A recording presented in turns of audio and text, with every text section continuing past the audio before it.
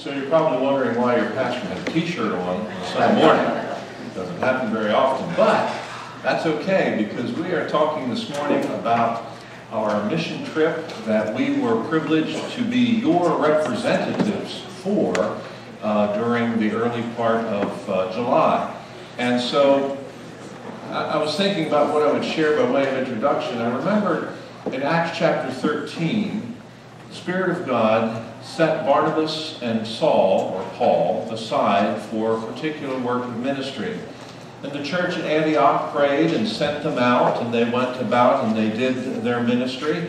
And it was an excellent ministry. It was not without difficulty. But when they came back to the church at Antioch, they made a report. Chapter 14, verse 27 says this: "Now when they had come and gathered the church together, they reported all that God had done with them, and that He had opened the door of faith to the Gentiles. Well, you sent us out as your representatives and as God's workers to a place that we did not know and to people that we had never met. And God did amazing things in us and through us. And we'd like to take a few moments to share a report. We're going to begin. So each of the team members are going to be sharing a little bit. And since Luann's doing King's Kids today, we're going to let her go first, and then she can be the Pied Piper, and all the little kids can follow her out after her testimony. This year I wrote it down. I just want to read it. Behind me is a couple pictures from the baby pantry and also the food pantry.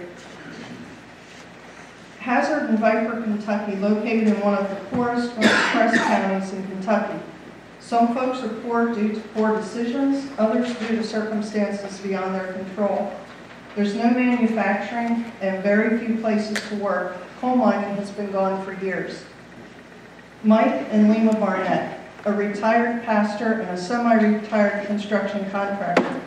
No money set back for retirement. They have invested their lives in the ministry of the church and now in the camp, the baby pantry, and the food pantry. They take their calling to care for the poor very seriously. Lima was the church secretary for a short time, but other than that, she didn't work outside of the home, and neither one of them put money back for retirement years. After they bought the camp, the church built them a home on the grounds of the camp, and that was their retirement, and I thought that was pretty neat. Twin Rocks Bible Camp, which is where we did most of the work. Kentucky Infant Development Center, also known as Master's Lambs Ministry, and The Well, a food pantry. All three used to be connected to the church that Pastor Mike pastored. However, today they're separate entities, and they're staffed totally by volunteers, and everything they get is donated.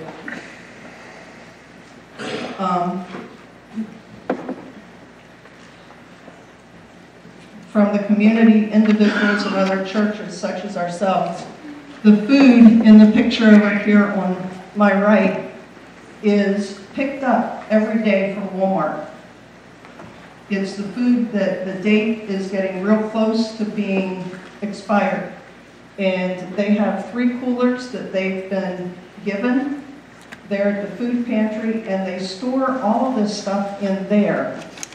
And they do get some food from the government, just like some of the food pantries around here do, the subsidized food.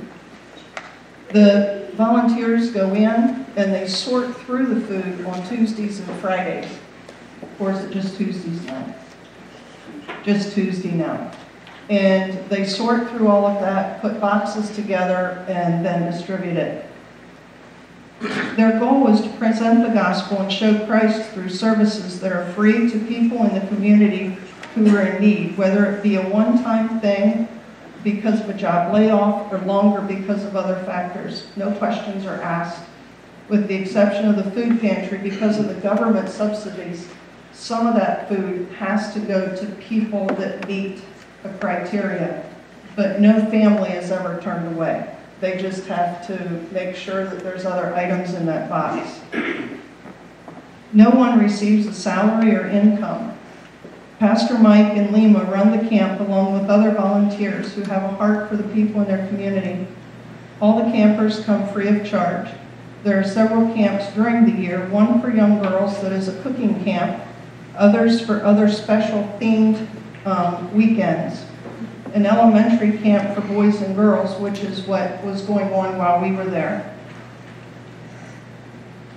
And regardless of the theme, the gospel is always central to the teaching, no matter what they're working on.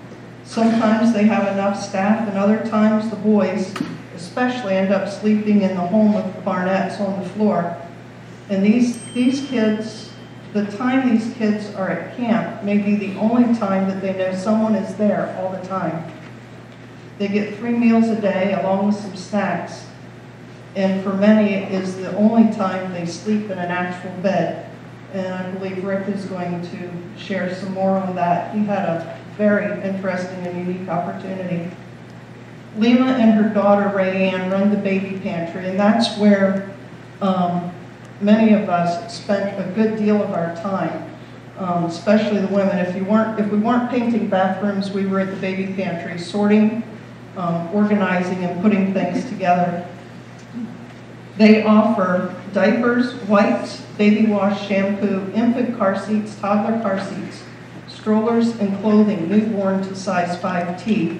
And they do have some food items, formula, and some food that people can pick up. They've begun a mommy and me playtime, which is encouraged for moms to bring their toddlers in, even their little infants, just to spend time with them. They have dress-up things for the girls, and games, puzzles, books that they can read with them. And they also have put together a children's library. And then through their Facebook page, they keep the community aware of special things for moms and children, babies, teachings, testing, and different things like that that's being offered in the community. The items given to the clients are to be returned after the child outgrows them. And what they do is they wash them, they check them for holes, damage. If they're fully spotted, they don't go back on the rack. But everything is washed, and it's just used for the next person that comes in that needs something. They provide a full layette when a mother comes in and needs something for when the baby comes home from the doctor. Even the car seats, they ask if they grow out of a infant car seat and go into a toddler car seat, the infant car seat is to be brought back. It's checked. If it's still in good use and hasn't expired the date, in Kentucky, they can use them. But it also allows them to make sure that there's not car seats out there that are unsafe for the kids. If they're not safe, they get destroyed. The food, I shared with you about the food pantry. And we had everything in there from bread, taco shells, cakes, birthday cakes that people had ordered at Walmart and nobody ever picked up. This time they actually had meat that they were able to put in their boxes, and that's the one thing that this food pantry does that others don't. I'd say probably the bulk of my time was spent with Lima. A pastor's wife is normally drawn to a pastor's wife. And sometimes a pastor's wife doesn't always have somebody around that they can truly share their heart with.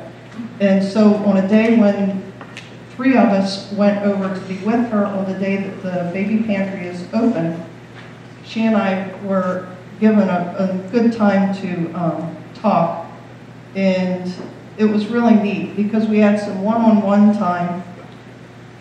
And it was with another pastor's wife who has a burden for children, who wants to see them know Christ and come to know Christ. And their desire is to get kids out of the system. The kids, the volunteers at the camp, the counselors are teenagers that have grown up through the camp, that came from homes like the kids that are at camp came from. And so their goal is to show them what Christ can do in their life. Hello. I kind of forgot to prepare for this, so. But yeah, during the mission trip, I spent a lot of time. What I remember most was the food pantry. The camp was really impressive, especially for them not getting like funds or them not making money. They were really motivated to keep camp like in good condition. And that grave arbor was really impressive and really kind for the guys to do, and it's really cool seeing that built. Especially if I don't do a lot of projects and don't see like stuff like that getting built often. It's really cool to see that actually get built. But most of my time, I remember was at the food pantry. I wasn't in a lot of the pictures you saw there because I was mainly helping like with the cars and helping handing out waters and stuff to them. And it was really like weird, like seeing everybody like just sitting in the cars, just like waiting for like hours on end just to get food.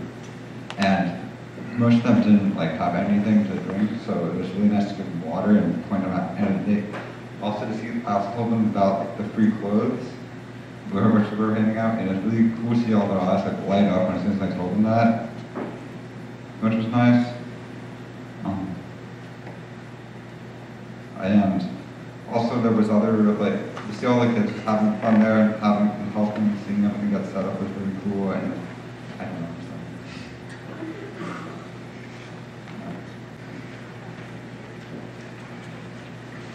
First off, I wanted to start by saying that an awesome team went to Kentucky. God couldn't have picked any better team than went. Everybody worked together really well. The teams worked so hard. They really impressed us how they jumped in where we needed help. When we first got there, we sat down with Pastor Mike and his wife Lima, and I was kind of sitting off to his side. And as Pastor Mike shared his heart about the camp, there was a tear formed in his eye. And it got bigger as he talked. You could see his heart was to help the youth in that area. And when we went down, this was the main project we were going to do was a grape arbor. And I'm like, okay. And Dan, I know, was the same way. Like, why aren't we building a grape arbor? And we got there and we were talking, and we got it pretty well done the first day. We had some things to do the second day. But Sean stood up and said, Lima never asked for anything for her personally. And she wanted a grape arbor, so we built her a grape arbor. And then the next night, Lima got up and shared why she wanted a grape arbor.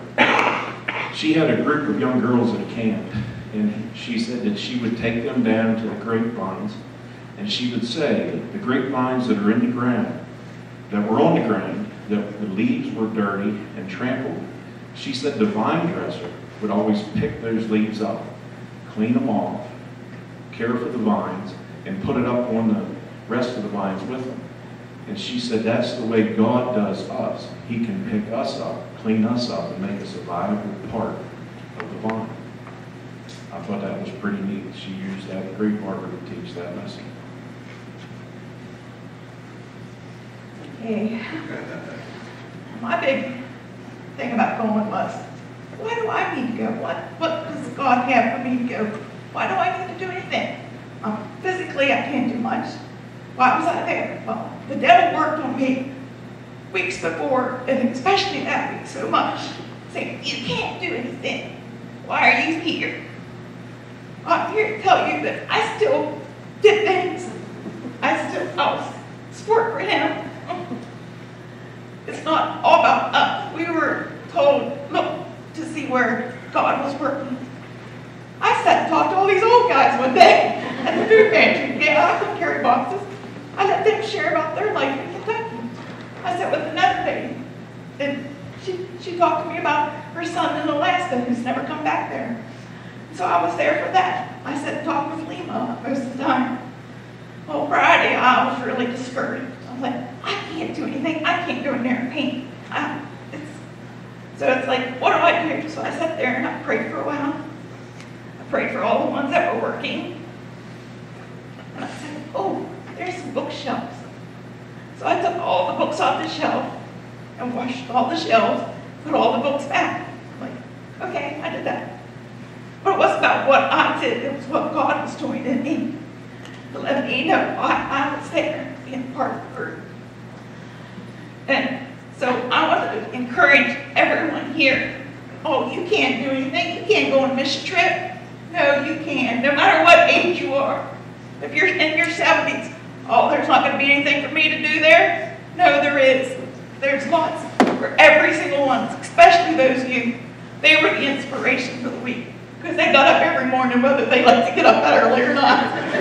And I just want to thank everyone who went and thank everyone who prayed for us while we were there. And I just encourage everyone who is in here.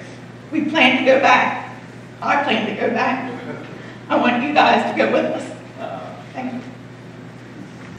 I agree with Joan. I think we all saw God doing a lot, and we saw Him doing it with us when we didn't know what we could do.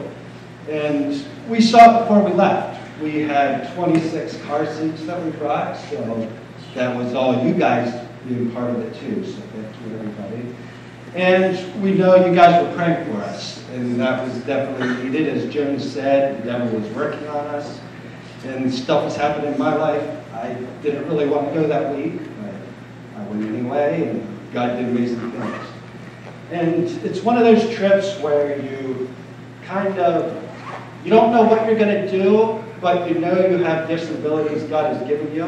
And I saw God pretty much use every one of my gifts and abilities. I have loved driving anything since I was a little kid, from lawn tractors to go-karts. I always wanted one of those like little electrified cars, but my parents never got me one. And I was a truck driver for 6 years because I love driving so much. And God used that in Kentucky on this trip too. I drove the church van down.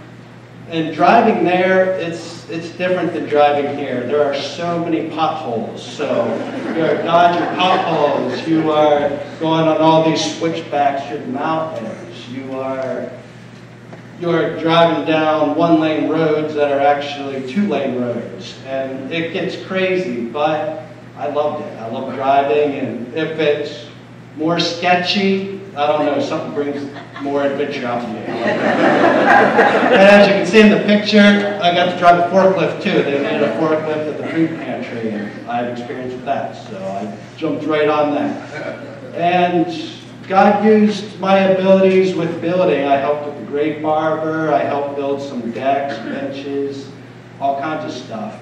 And if you see the other picture there, you can see me with all the kids. That's the kids at that camp that week.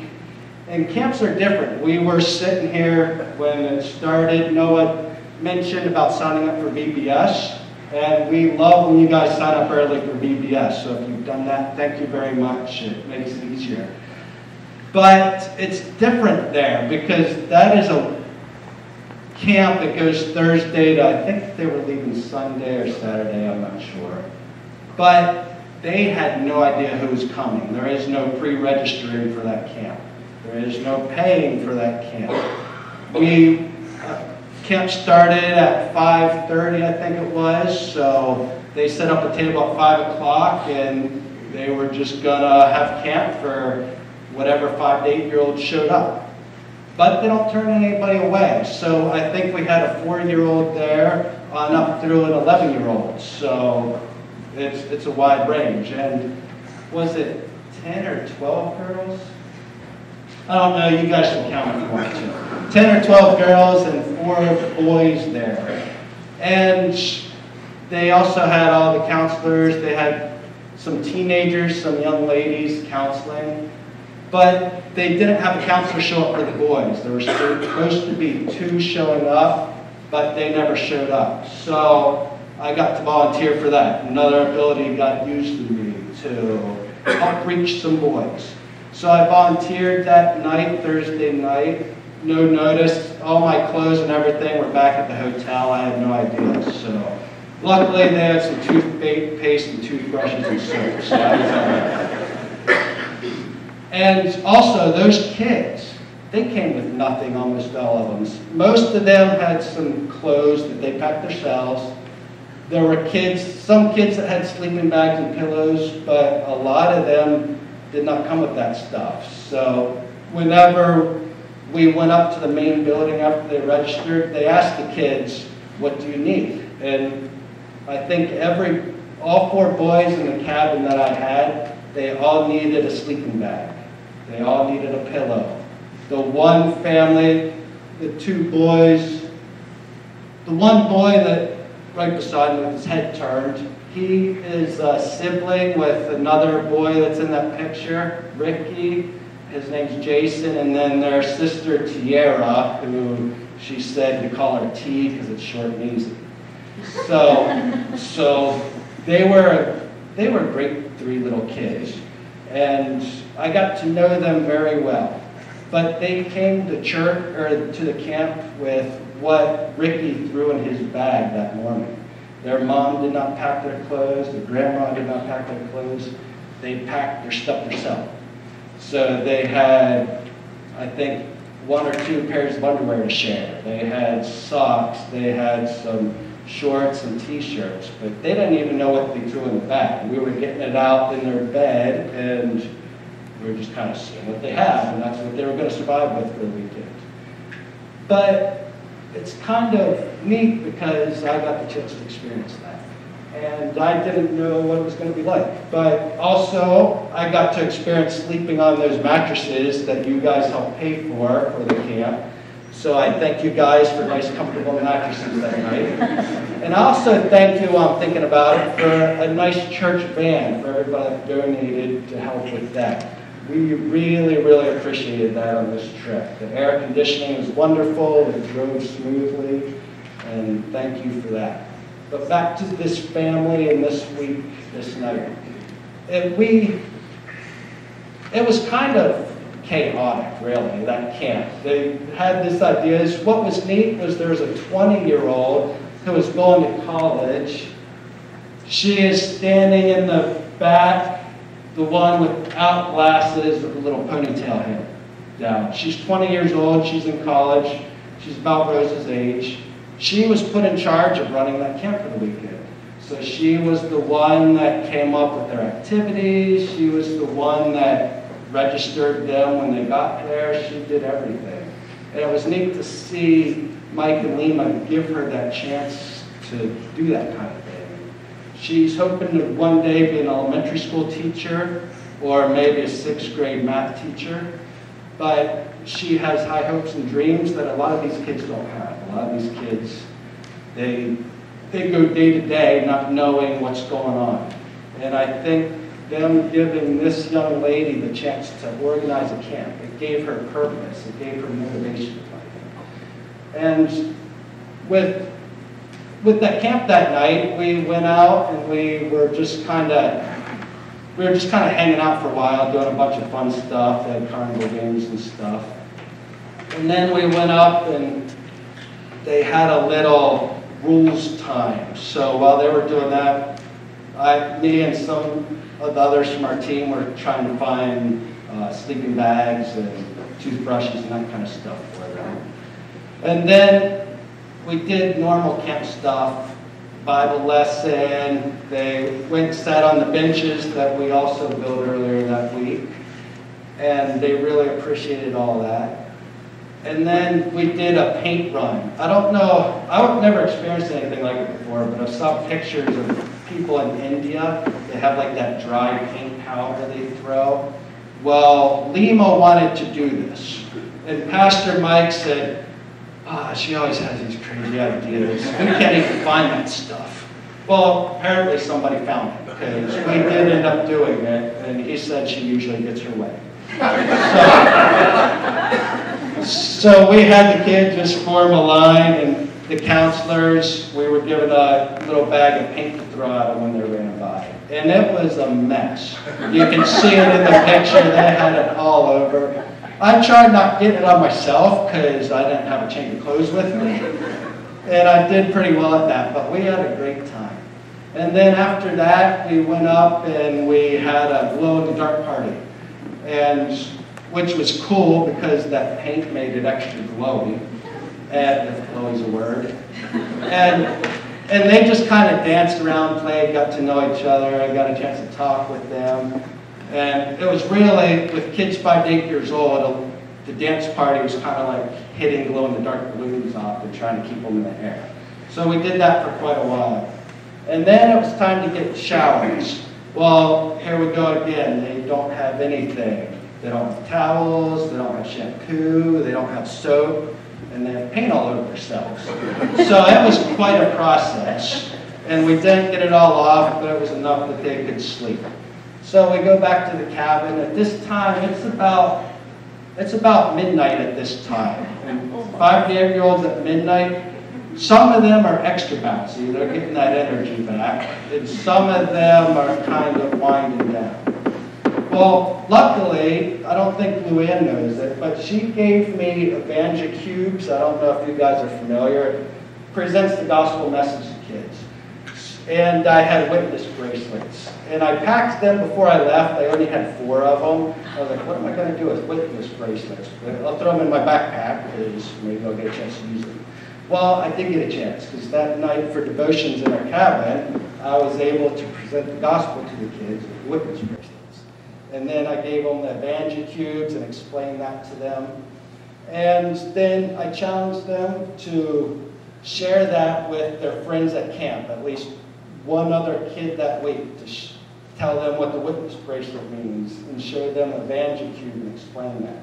And I don't know if they did that or not, but it was just neat how God, I feel like God kind of put that idea in my head to bring those along. And then I was able to use them. And I had no idea when I packed them that I was going to use them for. But, so we finally got to sleep about 12:15, 12:30. Then Ricky's the one in the front with the red letters down below. He was a cool kid, but at 1 a.m. he woke up. And he was crying. He wanted mom. And I didn't know what to do. I didn't know Mike and Lima's phone number. I didn't want to wake them up at 1 o'clock in the morning. I didn't know the other counselors. I was just kind of doing what I could do. And then his brother, Jason, said, well, sometimes he just likes to talk to mom. So I said, well, do you have a phone number? Yeah, I have a phone number. So we called her on my phone. Well, we had to walk down to the pool because that's the only place that had service on the camp. And we could hear enough. I had good enough service. So we called Mom. Mom's not home. Grandma answers, and Grandma had no idea where Mom was. And Ricky said that she goes shopping or something in the middle of the night. They had no idea, but almost every night she goes shopping. Well, it sounds like from talking to other people that she's actually going drinking. And I think that's a big problem in that area. But their mom did call me back then. I hung out at the pool area for a little bit. She called me back. And Ricky said, Mommy, please come pick me up. I didn't know he was going to do that. But she couldn't because her car doesn't have headlights. She can't drive at night. These kids dealt with a lot. And they had a chance to come to a camp where they are loved, they are appreciated, and Ricky, after talking to his mom a little bit, he seemed better. Although I stayed up with them, it wasn't until 4 o'clock that I finally went to bed. So then I had to get up at 7 to go meet our group again. So I did get sleep from 4 to 7. So I was doing all right. I guess my time as a truck driver paid off there too. But it was a neat experience. 3 hours. When you think about being up in the middle of the night for 3 hours, you don't want to do it. But when you get to share, I don't know, your life with another kid, to let them know they're loved, despite what's going on around them, despite what's going on in their lives, it means a lot. And I guess I would like to spur each one of you on, just like Joan did, to say, we would love you to go to Kentucky. But I think if we think about it, I would like everybody to go to Kentucky too. I'd love to go back there too. But if we really think about it, I think we could probably find these situations just in Chambersburg. I don't think we have to go far to reach people. There's people hurting all around us. So if God spurs you to do something, whether it's pack a bracelet or maybe He spurs you on to just go somewhere you haven't gone, help at a food kitchen, just answer his call and trust him that he knows what he's doing and he put you in the place that you're meant to be. Thank you. And Sherry, you're next. Yes, if you think Pennsylvania's roads are bad, but you might have this next time. Rick did a very good job driving, especially over to the coal mine area, because I think even Joe did it. There's a couple times he'd start feeling a little queasy on some of the turns, but we managed. I left Kentucky with a sense of admiration for the dedication and faithfulness of a small group of people down there to serve the community and point others to Christ. Sunday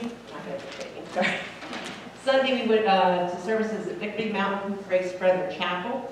There were only 5 adults that showed up for church that day. Now, it wasn't off Sunday. They knew their pastor was going to be there. They had 5 adults and 2 young boys. They made a special point of involving those boys in the service, and the one lady excused herself so she could go back and do the Sunday school service for the boys and teach them.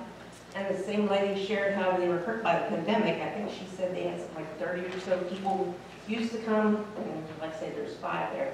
The other people haven't come back yet, for whatever reason. So they thought they were going to have to close the doors for a while, but the Lord has met their needs. He said the money comes in every month to pay their bills, even though they sometimes wonder, but they're still there, keeping their doors open for the time when people need to come back and hear the word. They'll be there. The children, they got them up front to sing with us and all, they all dressed up. I thought that was really neat. The food pantry, Bruce and Peggy were the ones kind of in charge of that. They rely on volunteers to come and sort and distribute the food boxes every Tuesday to as many as like 100, 120 families. I think we had 85 families that day came through. Some cars came through for representing 2 families or 3 families. One had 4 families represented. All that food's got to go into those cars, which is a ton of work needs to be done to get that ready. And they did it. They're very thankful that we showed up that day because they had, I think, a couple families that couldn't make it that normally did help. And like I say, you have to go through all that produce, all the red products, searching for mold, throw out rotten produce, lay aside the good produce, and then as the cars came up, I was on the outside helping box up the produce that had come from Walmart to make sure each car got the same amount. And then the baby pantry, Lena and Runyan taking care of that. You can, the part Lena has for those little babies and the mothers, you can just see that. When we walked in, there were bags of donations laying there, tubs of clothing on the tables that need to be sorted. This is July. They still had winter stuff in the tubs that had to be stored for later, and the summer stuff put out. And she and Runyan did most of this with maybe some help from a couple volunteers, but she was very thankful we were there. I mean, we had those tables cleared and everything stored up, and we made room for the new car seats to come in, because that was a big challenge. And then my favorite place was the Bible camp. The heart Pastor Mike and Lehman had for the children is very evident. They have all kinds of plans for the camp. They keep talking about all this stuff, and Lehman's be talking more, Mike's shaking his head. And how's this going to get done? But like you said, Lehman usually got away. But to hear them talk about the kids and their circumstances, it just breaks your heart. And it's easy to see why they want to make the camp a positive experience for these kids, something they will remember, as well as the message they hear about Jesus and how he loves them. Nobody's turned away, whether they can pay or not. They rely mostly on donations.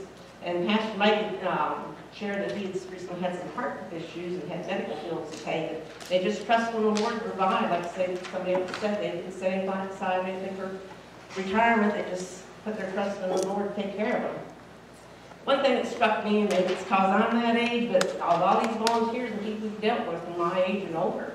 And you think about the work that's involved, Mike and Lima, I think they're early 70s, but they're still growing strong. They're just there ready to serve the Lord with whatever he puts on their heart. I'm ready to go back again. They're wonderful people, but like Rick just shared, it makes me wonder about our own community, what opportunities are available here locally, who needs help. Down there they rely on the volunteers.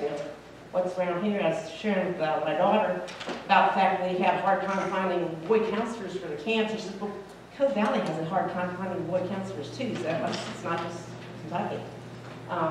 And one last thing to say, I thank again all my helpers in the kitchen. It worked perfectly. The biggest thing I did was put together the grocery list of what we need for the week. And when dinner time came, I just say, well, this is what we're having. And everybody pitched in to help, went very smoothly. Joan, she was a lifesaver there. I thought we'd have breakfast one night, so she had experience making her sausage gravy, and I turned that over to her, and I don't know, that's pretty good. She did a wonderful job. I think another night she was working up in the kitchen while we were down trying to grill our vegetables and chicken, because the grill was down at Mike Lena's house, a short little distance away. But everybody pitched in, they were great, and I think everybody was involved.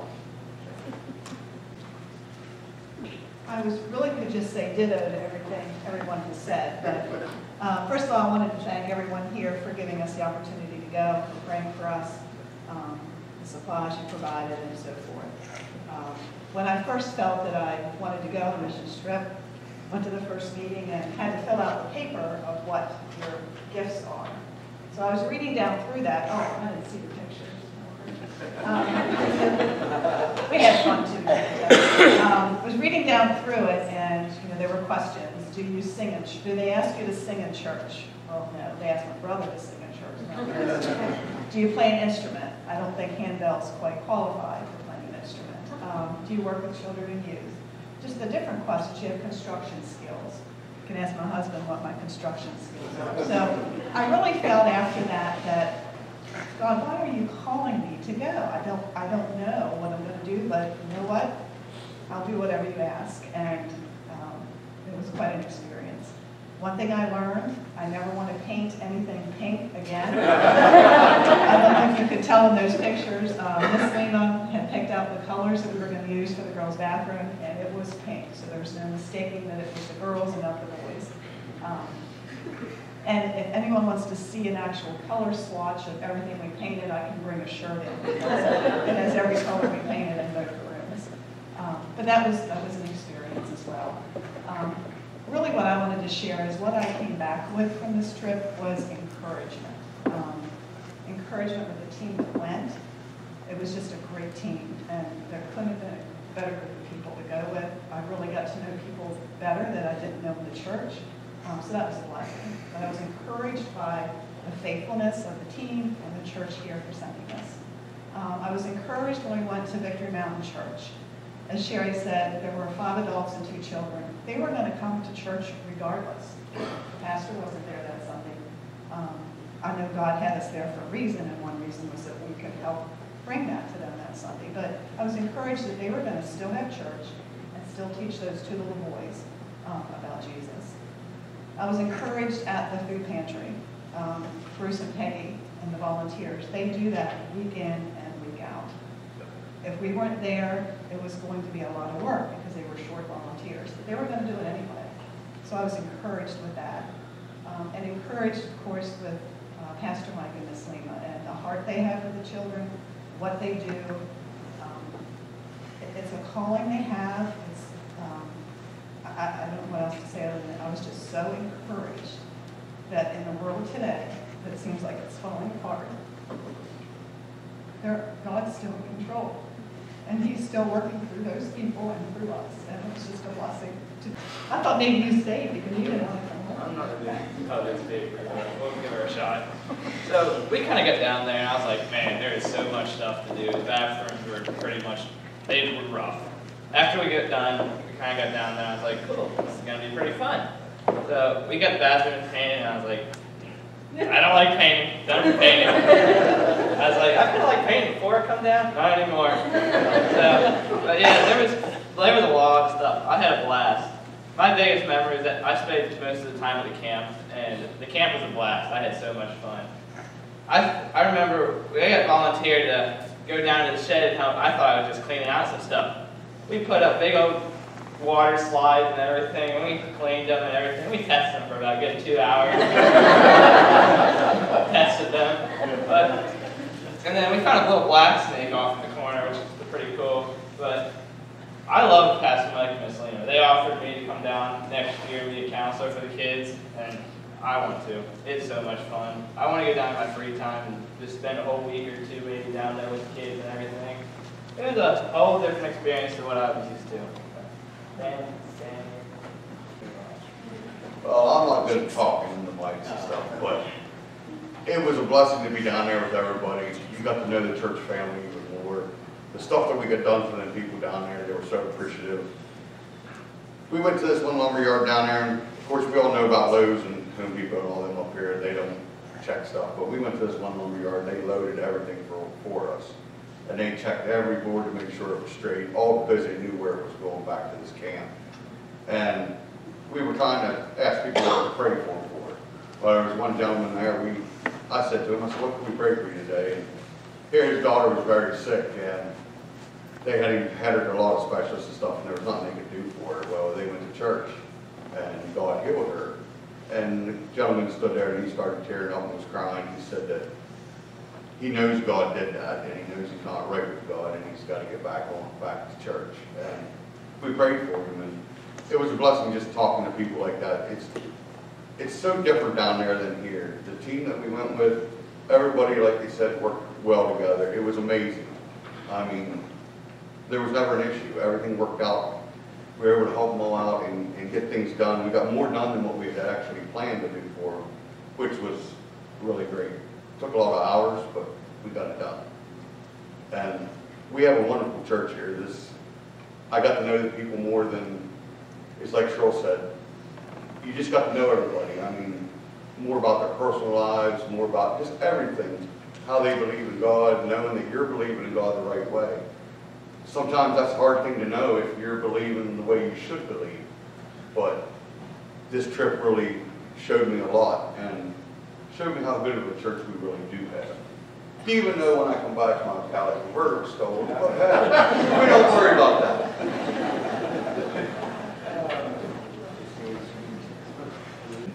It was so wonderful to listen to the team talking while we were going through the coal mine and stuff on Friday. We didn't work every single day.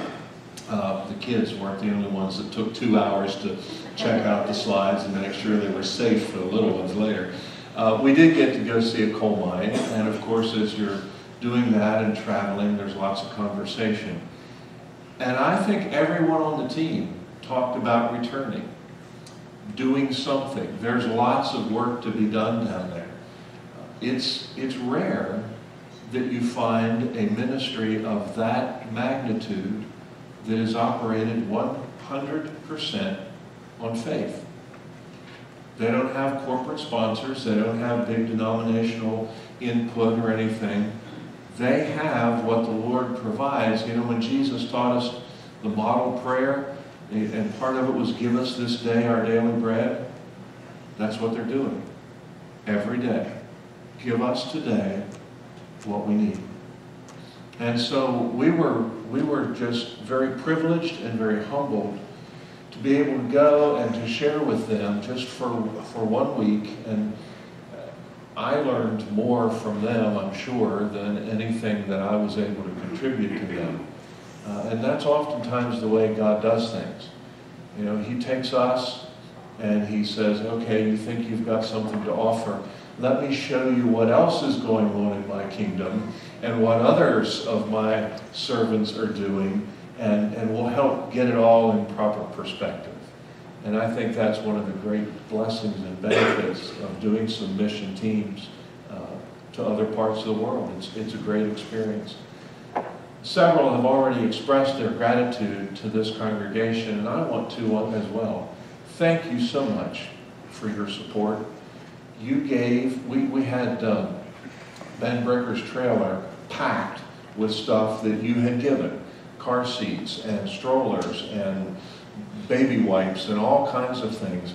And what a blessing it was to be able to unload that and put it all in the baby pantry, and it's going to be a blessing to the folks down there for months to come. You have given financially. We were able to purchase some supplies and materials that were not part of our original project money. When we raise support for individual people to go, within that, of course, is included food and transportation and also project funds.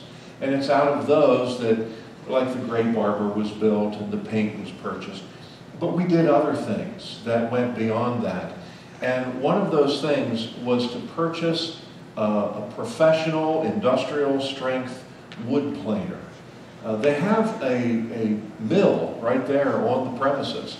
And with 146 acres of wood all around them, they've got plenty of raw lumber there that can be used. And they've used that to build cabins, to maintain cabins, and so forth. Well, they had a planer, which helps to make the wood a lot smoother for use. And unfortunately, the motor burned up in it. It wasn't a really high-quality one, and it got pushed a little hard, and so you know how that works. Because of your generosity, we were able to purchase a Grizzly planer, 15-inch wide. The thing, Joe and I were talking this morning, the thing must weigh about a ton for shipping, but it's on its way and is going to be delivered, and they have everything they need to install it. And that's going to be a tremendous blessing, because now they're going to be able to use more of those natural resources that God has provided to them to help build the camp and repair and replace things as necessary. But that wasn't all that we were able to do. Mike's had some health issues, some heart things going on. And we were able, because of good economy, and Sherry, thank you for having a part of that, with food and so forth, we were able to give them, out of the additional project funds that we had raised as part of our support, an additional $800 love gift. And when we did that, Mike says, well, we've had some doctor bills, that'll help. But that's not all that we were able to do. Because of your generosity in giving additional funds, we're going to be able to send, after all the other little miscellaneous things are paid, we're going to be able to send somewhere between $1,000 and $1,300 down to Mike and Lima for their personal support, and I'm sure it's going to go to pay a doctor bill. So keep Mike and Lima Barnett, or Barnett, as Mike says. They say it differently down there in Kentucky. A lot of things are different. My Pennsylvania accent didn't always translate. But you keep Mike and Lima in your prayers. One of the things that came back from the team was, we ought to kind of adopt this group as one of our mission points. And so when it comes time for our witness team to think about the coming year and budgeting, and the leadership team thinks about budgeting and so forth, don't be surprised if you find a new line item under our missions budget for Twin Rocks Bible Camp. Also coming out of the team and their idea, and I love their ideas, Lima and Mike gave us these shirts. And as we were getting these shirts, everybody's going, wow, boy, that's really nice. We ought to have some for us back at Brandts. So when we do things like VBS and the pig roast and the different things that we do, that we really have a community spirit, that we have an identity. And then they thought, we've got some signs up around, but we need some more signs, because we need to let people know that we're here. We want to reach people for Christ. And we need to be more involved in those kinds of things. That's one of the other blessings of a missions trip. You begin to see what God can do out there, and you think, oh, God can do that back here. And the difference is willing people. And if I'm willing to go there and do things, I can come here and do things. So don't be surprised. In fact, we might even turn to the congregation and say, hey, give us some ideas on shirts. What kind of a symbol would you like? What would picture Brandts Church and its ministry here? Maybe we'll give you a free shirt if we pick your design. Who knows? But it's just been so wonderful seeing what God has been doing there in Kentucky, here in our own hearts, and what God's going to do in the future. So that's our mission report, and we're going to pray and thank God for it, and then I think we have a song that we're going to conclude with. So let's pray. Heavenly Father, it is just amazing to us as we think about all the things that you are doing in this world. Sometimes we get focused only on ourselves and our little corner of the world. And we're thankful, Lord, that you are aware of us and that you are interested in the things that concern us, and that's great. It's a great blessing. And you are so merciful and kind. But Lord, thank you for the times when you cause us to lift up our eyes and to see the bigger picture, to see what you're doing in other parts of the world, and to challenge us to really begin to think about what we can do here. Father, as we come back, as we share stories for the next couple of Sundays, maybe in conversation or whatever, and as we prepare for the next mission event, Father, stir up the hearts of your people so that we might respond to your call. It's going to be different for each one of us, and no two people have the same skills and abilities. But Father, you want all those differences. You want all that diversity on your mission teams. You want to include all of those people here in the ministry of Brandts Church. Thank you, Lord, for what you've done. Help us to keep our eyes fixed on you and to continue the good work which you've begun in all of our lives. We pray it in Jesus' precious name.